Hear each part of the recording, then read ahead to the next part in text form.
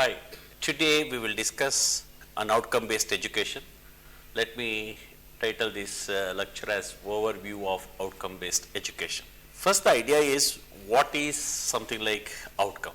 I think you know in the college usually when the students and parents come for admission, normally the first question they ask is, if I do this course or this program, if I complete, what do I get? So normally I have not observed for the last 10 years, I have not seen any parents or any students asking me, what is that we are going to learn? The first question they ask is, what is that we are going to get?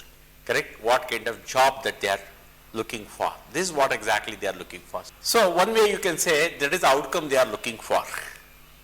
I think our education has to be something aligned to meet the aspirations of these people. That's why for the last 15 to 20 years, people are talking about outcome-based paradigm in education. We call this as something like learning paradigms.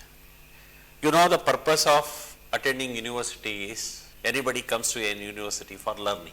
So what should be the main purpose of learning then? Career point of view. One of the main purpose of learning is, I think, to build a career for life. So thus, I think we are talking about right from the beginning, there are two types of paradigms we talk about. One is called input-based education, another one is called as outcome-based education. Input-based education is mostly, we call it as a teacher-centric program. Teacher decides all the curriculum and probably whatever he enjoys he starts teaching, he sets his own method of teaching, style, everything, content, everything he sets on this kind of a thing like that. Many of the time it becomes a passive one. But this may not align to the probably to build a career kind of thing. This may give a lot of knowledge and kind of things like that, but it may not focus mainly on building a career of a student kind of thing. So here the outcome based paradigm is more student centric. Idea is how to prepare graduates to meet the career purpose or how to align people to meet the requirements of, say, human resources for working in industries and commerce kind of things like that. So let me talk about now the kind of things like outcome, what exactly outcome based education is. So if you look at this is the model we have created. Suppose if you look at the commercial sector in our country, I think there are around 35 to 40 sectors. I think we can divide these sectors as agriculture sector, manufacturing sector, construction sector, health sector, electronics, IT, and so on like that. So now these are the commercial sectors now. These sectors will they run, right, maybe the industries or businesses and kind of things like that. So they establish under each sector you can find a number of organizations. Each organization working with a specific goal. So if you look at one simple a corporate pyramid like this, the organization normally will have something a pyramidic structure like this. That means maybe at the highest topmost position it can be a board or it can be owners. At the lowermost position there will be workers and kind of things like that. What I am trying to say is that in this organization, there are a number of job roles. So different job roles you can think of. Maybe in engineering industry you can think of maybe operators, then the supervisors, then the project engineers, team leaders, lower level management, middle level management, and so on like this. These are the various job roles the students have to, people have to take up. Now, that means to say, if you look at when we write program document, one of the documents that we write is what are the program educational objectives. Means to say, when I produce graduates, what capabilities these graduates will have and what kind of career they can pursue. That's what exactly I should be talking about like this. That means, so we write if a particular student in a particular program if it does and this kind of job role he can take up. So this is what exactly we write as a program educational objectives. I'll come to that details little later. Now if you just look at again, you take any one job role in this.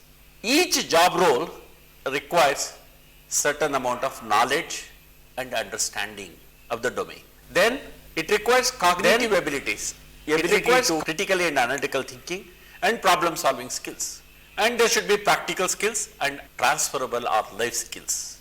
That means to work in a particular job role, all these are necessary. Now maybe at a worker's level, knowledge and understanding requirement may be low, cognitive levels may be much lower, but maybe the practical skills requirement will be very high. So that means to say, suppose if you take an engineering industry, the people who do something like ITI program, the diploma program, then you can say a degree program, the master's degree, PhD, in that fashion if you start moving, probably as we go towards higher and higher education, probably our focus will be more on improving the cognitive abilities. If you start moving towards the left, means to the lower level, I think our aim is to improve the practical abilities. So that means to say, suppose I would like to send some mechanical engineers to a manufacturing sector. So I must decide to what job role to begin with I must be preparing them for. So if I know the job role, then I can decide what kind of knowledge and understanding of the domain and what kind of cognitive abilities, what level of cognitive abilities, what level of practical and transferable skills we can always decide. Okay, now to work in that particular job role, so what are the capabilities or abilities the graduate must have, we can reflect them as program outcomes. So suppose it's a mechanical engineering 4-year degree program, then probably he would like to take up probably to begin with a project engineer's role in a manufacturing company or something like that. So then we can say in the manufacturing sector to act in that job role, what all the knowledge and understanding, cognitive abilities and practical transferable skills should have, we can write down and you can call them as the program outcomes.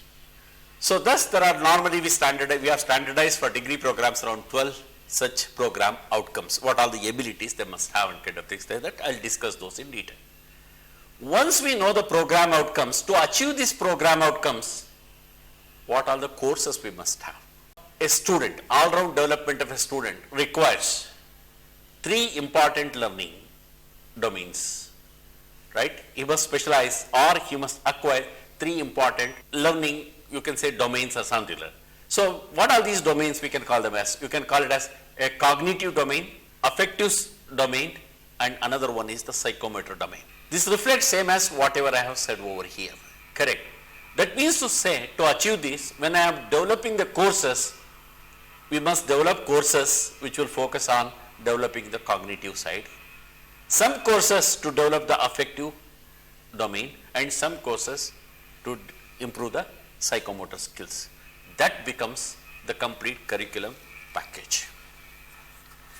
That's why, so curriculum development, a program will have program educational objectives. Then to achieve the program outcomes, we must design a number of courses, and the courses all put together should meet these main requirements. So now for each one of the course, then I must learn course outcomes. So the whole idea here is, suppose in a program, let us say BTech Mechanical Engineering, there are 40 courses and each course should have certain course outcomes. And if I integrate all the 40 course outcomes, they should be constituting the program outcomes. And the program outcomes, we should be meeting the educational objectives. So that is the way we have to design the courses. So then we have to also assess the students in these courses. We have to adopt our teaching, learning methods so that they should easily internalize those kind of a thing like that. And we should always look for whether they have achieved the course outcomes are nothing but you can call them as learning outcomes, and we have to ensure whether the students have achieved these learning outcomes. It means a student has successfully achieved very high level of achievement he has done in learning outcomes. That means he is very much suitable for, he will meet the program educational objectives. So when we design assessment after delivering the course, when we design the assessment, we should see to it the assessment is done to check whether the learning, what level of achievement has been done in the learning outcome specified. In addition to all these things, the student should be encouraged to take part in co-curricular activities, extracurricular activities, because and innovation and technical competitions, sports and athletics, culture. Reason is that this is the place where the students learn develop lot of transferable skills and leadership skills.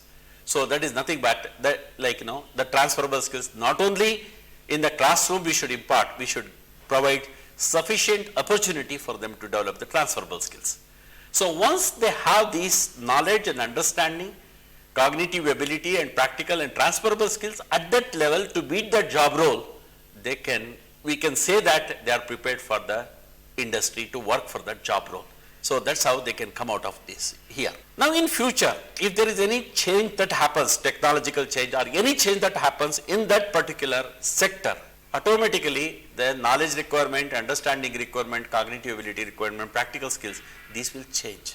Automatically that gets reflected in program outcomes, and the courses have to be redesigned, and that's how we can keep on updating. Thus it becomes a closed loop system of education.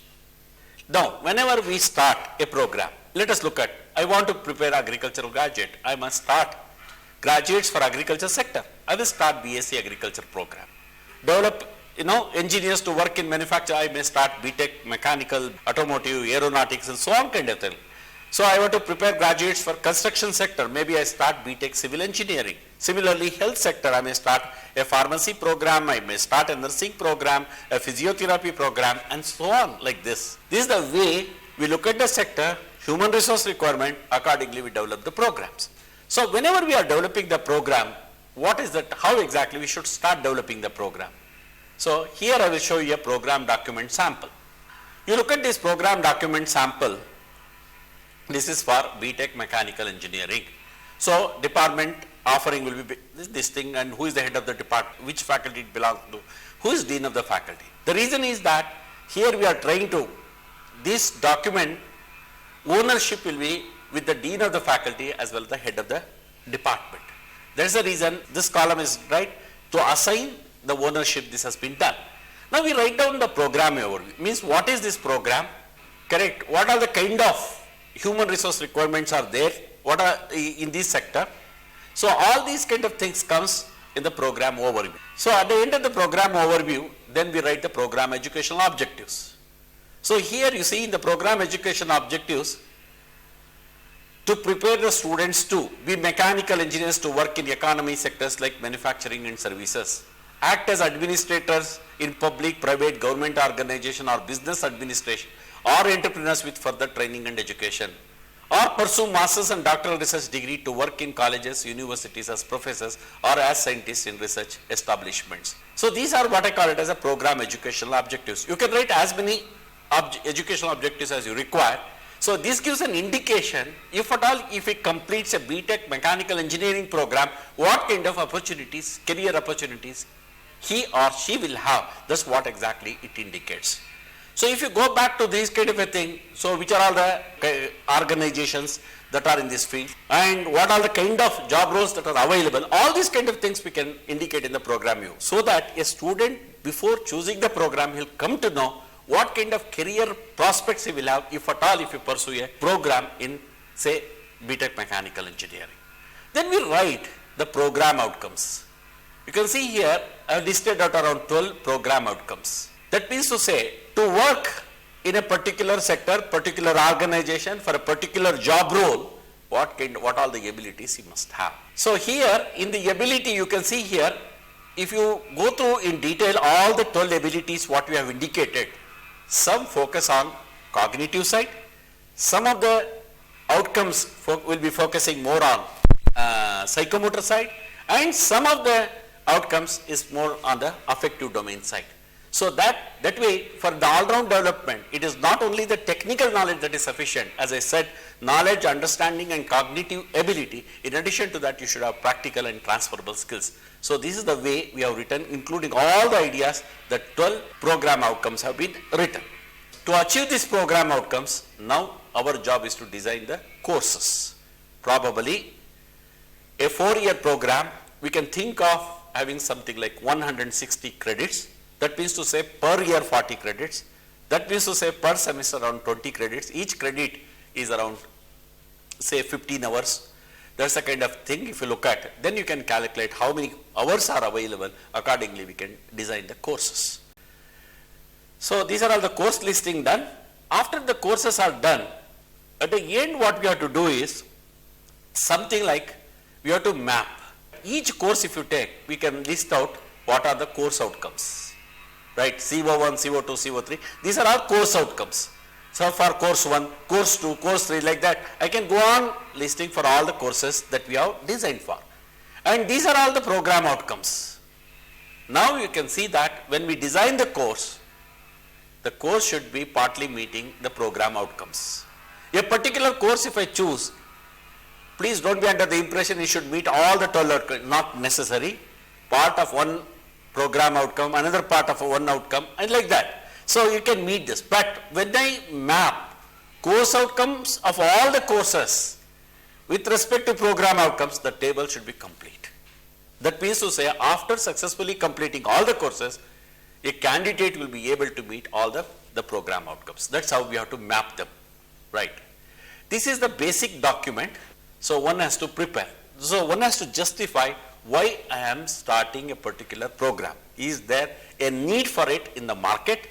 If there is a need for in the market, what kind of job roles that are available? What abilities a student, a graduate must have? To achieve those abilities, what courses we must design? Each course, what kind of outcomes, course outcomes should have to meet the program outcomes should be very clear. So these I have repeated again, program educational objectives, right, program outcomes and sample interview. Now, next question is, assume that we have listed the courses. If once we have listed the courses, then how do we create a course document? So please understand, a first timer, suppose a degree program, we call it as B.Tech Mechanical Engineering. It is called a program. Under this program, there will be many courses. So semester, there are 5 courses, another 5 courses in semester 2, like that. Maybe around 40-45 courses are there.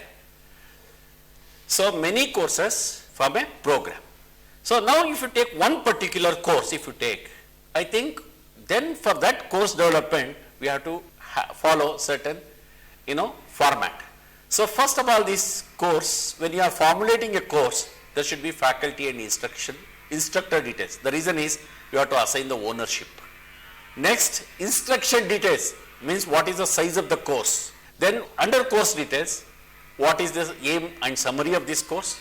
What are the course objectives? If I undergo this course, what outcomes I will achieve? What is to achieve those outcomes, what should be the course content? And how exactly I teach this course content, and what are the learning resources that are required, and assessment scheme, and all this kind of an idea that should be reflected in the course, and that has to be followed. Simply, I have taken one course, let us say control systems engineering. Faculty means which faculty is offering, that is engineering and technology is the faculty. Department, say mechanical engineering is the department, or electronics engineering. What program? It can be B.Tech Mechanical or B.Tech Electronics and so on. What is the course title? Control Systems, course code. So the university for every course will be giving a code that has to be entered. Which year, which semester I am offering and who is offering. That is very important. So the person who is offering this course is responsible for this document. So now what do you mean by instruction details? Look at this. We have followed this international standard now, LTP and kind of a thing like that, lecture hours, tutorial hours, practical hours and credits like that. So there are 3 lectures per week in a semester. If I consider 16-week semester, that is the kind of a thing. We are talking about every week 3 classes means a 3 credit.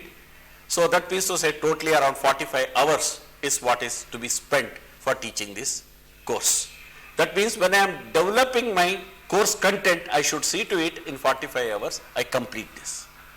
So in addition to that, there can be mentoring hours for the slow learner. So that has to be specified separately. When you go for the course detail, what is this course? What do you mean by control systems engineering? What is the aim of this course?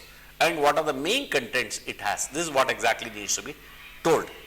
Suppose I have written the course control system engineering aims at introducing control system principles and design of controllers to achieve desired control system specification. So the aim is to design control systems. So then what are the main topics? These are all the ideas we have indicated. Suppose we are using certain tools, modern tools to learn this, that also is mentioned. So it should not be more than 4 to 5 lines, and you should indicate what exactly the course is aiming for. Then you can write course objectives. It is basically, as a teacher, what you intend to do, that is course objective. You can call it as a script like, no, this is the story, this is the order in which I am going to introduce the story to the students. That way we can write. So the objective, so here you can introduce as many course objectives as you want, because you do not have to map course objective against program outcomes. And so this is the idea in the order in which you would like to introduce the course to you. So there are many of them. Then comes course outcomes. That means to say, after undergoing this course, student will be able to, that means I should be able to promise, if you undergo my course or if you take up my course, these are the abilities at the end of the course you will have. So we should see to it the students achieve these kind of a thing. So here one can write as many course outcomes as he or she wants. But normally we restrict it to 4 to 5 outcomes. Reason is we want to map the course outcomes against the program outcomes. Mapping becomes very complex. That is the reason we normally restrict it to 5 to 6 learning outcomes. Here, if you see the bold letters, what you have written, bold one. So these are, we use like, active verbs. This is what we call it as the Bloom's taxonomy and kind of things like that. So here the idea is, we have to categorically say, my student will be able to do this. That is what exactly. So this should be positive verbs. You should never use any negative or anything like that. So he will have the ability to develop, ability to predict, ability to design, ability to analyze. So these are the kind of the idea that should be right. And we should ensure by assessing the students whether they have really achieved this capability or not at the end of the course. That is what is important. So now I'll talk about the Bloom's taxonomy in detail, right? Now to achieve each one of the course outcome, there is course content design. Here would like to say one thing. What is teacher centric and outcome based?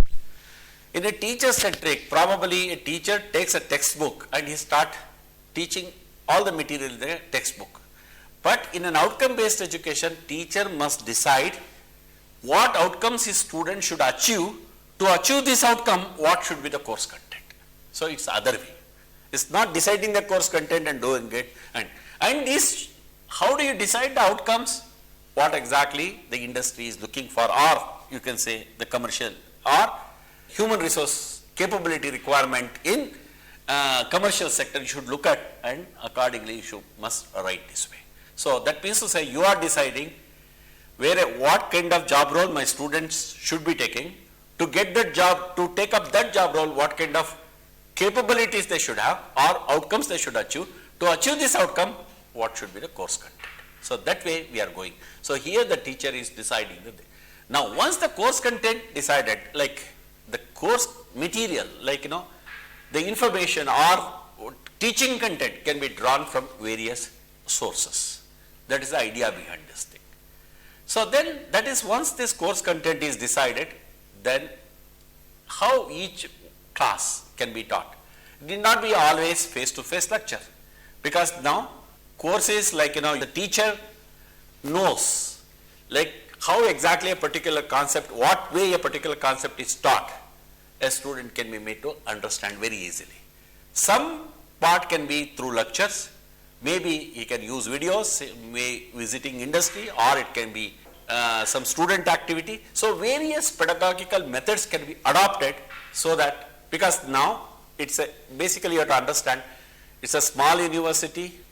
It is you who is deciding the outcomes. It is you who is deciding the curriculum, and it is you who is teaching, and it is you who is going to assess the student. So now a teacher can definitely decide what should be the right pedagogical method for the students to achieve those specified outcomes. So here one need not be conservative at all. So he can design, he can plan best pedagogical method so that the student can internalize those concepts in the shortest possible time. So that way you can decide the pedagogical method. So in a heterogeneous class, we will have something like slow learners as well as advanced learners and average learners. That we can always find out. So now the slow learners, how do we help slow learners? So that is why probably we should provide some specific hour in a week and where the students can come and interact with the teacher. But there are advanced learners also, they are not happy with whatever you are taught, they want to learn much more than that, but we should be able to provide sufficient, right, creative exercise for students to work on, and probably they should be compensated for that kind of things like that. So we have to plan what is our idea for slow learners and what is our idea for advanced learners, so that we can make the course as individualistic as possible. That's the kind of thing. So after that we have to give textbook and references, that's fine. So from here all you have drawn this material and kind of things like that. Now as I say here, most important thing is the assessment scheme. You can see here there are course outcomes against which we have to do the assessment, and we have to adopt continuous assessment. That is the one thing. It is up to the teacher again how exactly he plans. Probably you would like to conduct a test or quiz, maybe after 4 weeks, another after maybe during the 8th week another test. Probably you would like to give some assignments, maybe project based learning, maybe homework. It is up to the teacher to decide. So it should be carefully, and then should be a final examination. So the question is, you have to see for each, when you are looking at to achieve the outcome, under each, like what is the weightage that you are going to allocate for assessment, that should be very clear. So there are 6 outcomes. So all the 6 outcomes, if at all in this table, there are 6 outcomes, and we should really assess all the 6 outcomes. At the end of the course, probably you can see what is the student's achievement in each one of the course outcome also we can see. Add all the marks, find the mean, and what is exactly the maximum marks we had allotted, what is the mean marks that we have got, and from that we can take a decision in a particular course outcome, the students are doing well or not very well. If they are not doing very well, whether it's a problem with the pedagogical method or problem with the student's attitude or whatever it is, we can find out and rectify before the next offering. That is the way we should be looking at. So teachers should have enough freedom to decide what type of assessment methods you adopt, so that the student talent rate, all the outcomes are achieved and the student talents are given due importance. So then how exactly we should be writing an assignment, how exactly we should be planning a project based learning, all these kind of things can be tried on, right? So that the students will get more real life problem solving experience through these ideas. So this is how exactly a course has to be planned. Now, right, the objectives, the course I mentioned earlier, course outcomes I mentioned, fine. As I said, there are 3 learning domains. One is what you can call it as a cognitive learning domain, then affective learning domain, and psychomotor. It is more about practical, it is more about our interpersonal skills and kind of things like that. It is more about our domain based or subject based kind of a thing like that, where we learn problem solving abilities. If I go to cognitive domain, there are 6 important taxonomies, right? You can say remembering, understanding, applying, analyzing, evaluating, and creating. So what is important over here is, when I am teaching a subject, this course, now here who asked me to what cognitive domain level these belong to? These are all the kind of things we should be looking at. Now there are 6 domains. The lowest level is remembering, the next level is understanding, applying, analyzing, evaluating, creating. For example, one simple idea if I take, if I ask a question, what exactly an air conditioner does? So simply, people will simply say it cools the air, or controls the temperature of the air. It is everyone's knowledge. It is something you can say the lowest level of knowledge. When you go through a course and say, what are the minimum things you must be remembering these things? You should be able to recall. That's what is important. If I ask the next question, how exactly an air conditioner works, probably we must understand the physics principles. Otherwise, it's very difficult to explain this. This is how it becomes domain understanding.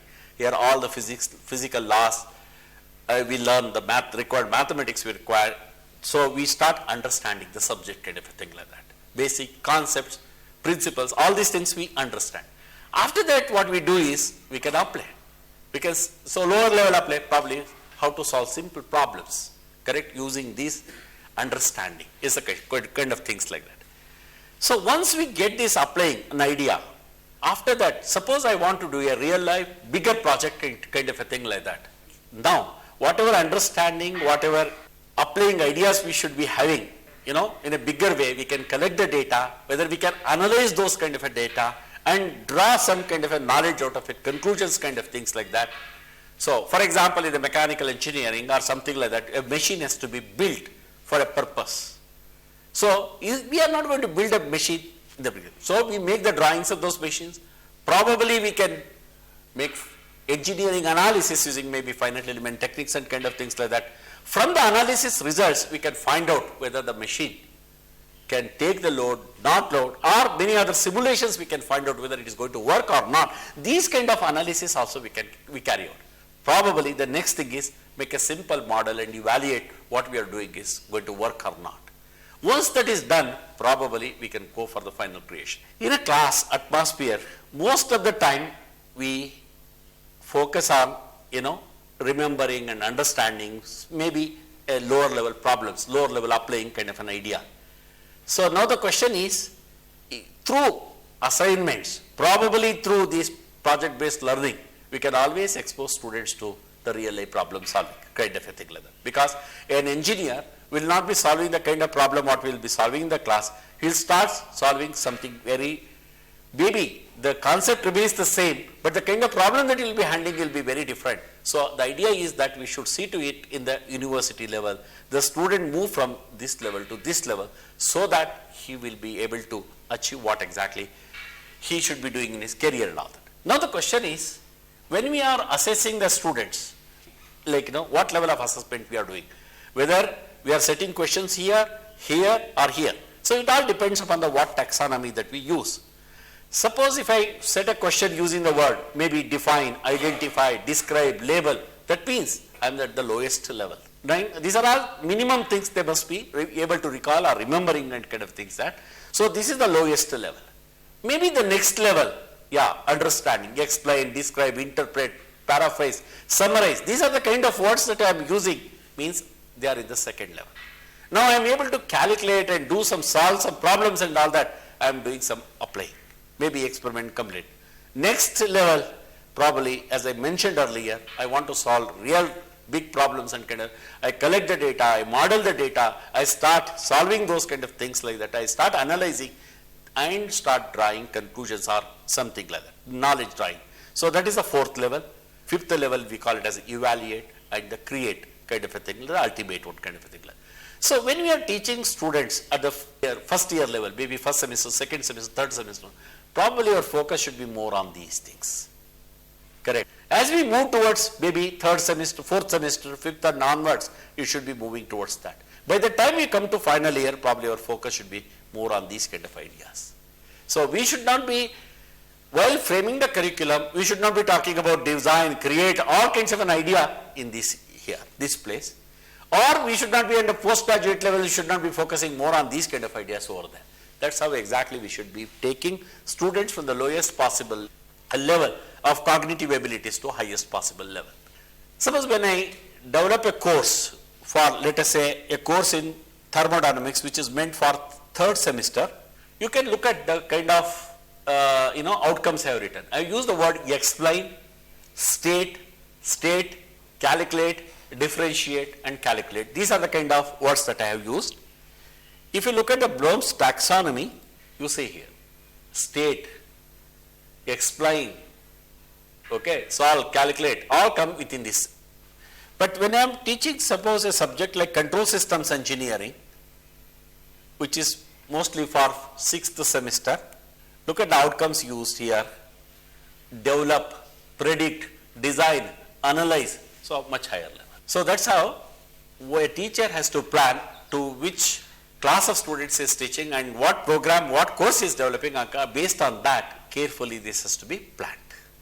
So now the thing is, whenever you have the difficulty, what words to use, probably this is the kind of, Bloom's verbs document is available. One can look at and use these words. Sometimes definitely there will be difficulty in getting the right word nearer to that, has to be carefully chosen and the outcomes be written.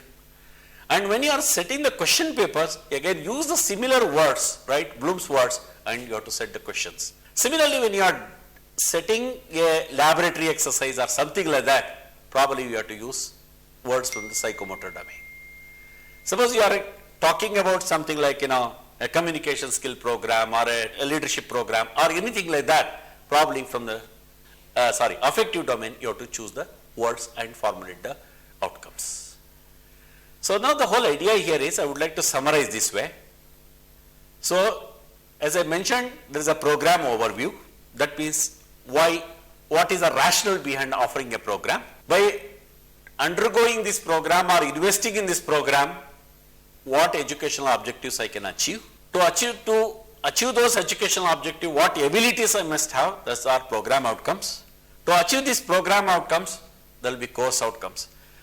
And in each course, again divided as I mentioned 40 to 45 classes, depending on the number of credits, each class should have the outcome or each chapter should have an outcome. So when all the class outcomes, if I integrate, they should become course outcomes.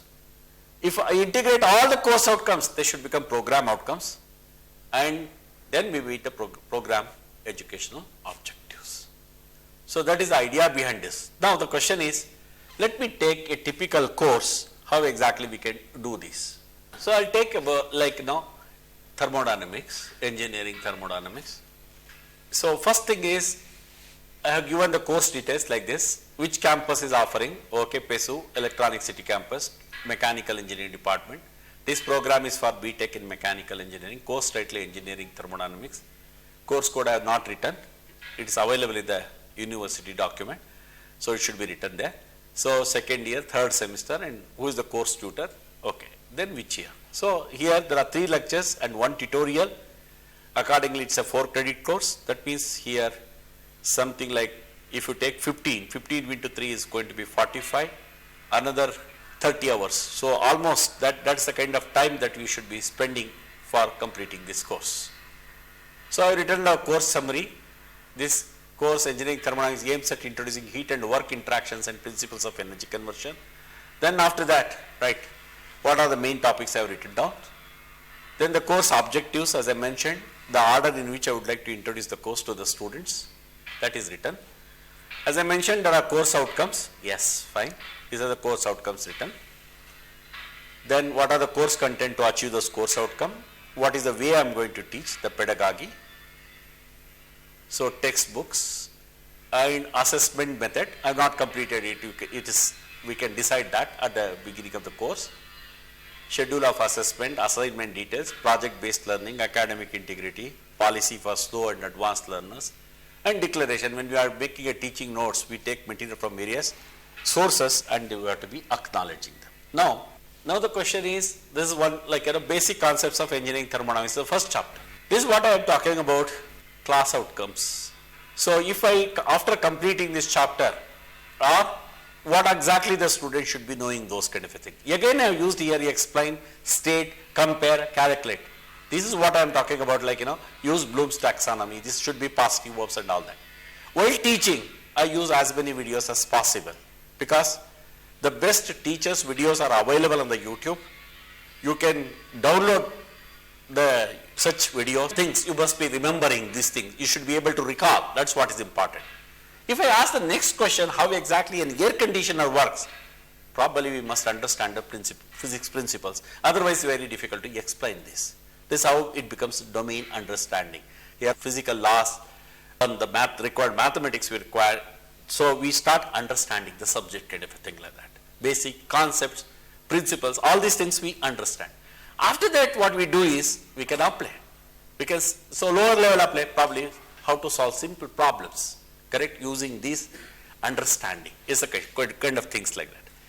So once we get this applying an idea, after that, suppose I want to do a real life bigger project kind of conclusions kind of things like that, So, for example, in the mechanical engineering or something like that, a machine has to be built for a purpose. So, we are not going to build a machine in the beginning. So, we make the drawings of those machines. Probably we can make engineering analysis using maybe finite element text like that. From the analysis results, we can find out whether the machine can take the load, not load, or many other simulations we can find out whether it is going to work or not. These kind of analysis also we carry out. Probably the next thing is make a simple model and evaluate what we are doing is going to work or not. In a class atmosphere, most of the time we remembering and understanding maybe a lower level problems, lower level applying kind of an idea. So now the question is, through assignments, probably through this project based learning, we can always expose students to the real life problem solving, kind of a thing like that. Because an engineer, maybe the concept remains the same but different. So the idea is that we should see to it in the university level, the student move from this level to this level so that he will be able to achieve what exactly he should be doing in his career and all that. Now the question is, when we are assessing what level of assessment, how exactly, what level of assessment we are doing, whether we are setting questions here, here or here. So it all depends upon the what taxonomy that we use. Suppose if I set a question using the word, maybe define, identify, describe, label, that means I am at the lowest level. The students, these are all minimum things they must be able to recall or remembering and kind of things that. So this is the lowest level. Probably, as I mentioned earlier, I want to solve real big problems and kind of, I collect the data, I model the data, I start solving those kind of things like that, I start analyzing and start drawing conclusions or something like that, knowledge drawing. So that is the fourth level. Maybe then the fifth level we call it as evaluate and the create kind of a thing, the ultimate one kind of a thing. So when we are teaching students at the maybe you can first year level and first year level, focus should be more on these things.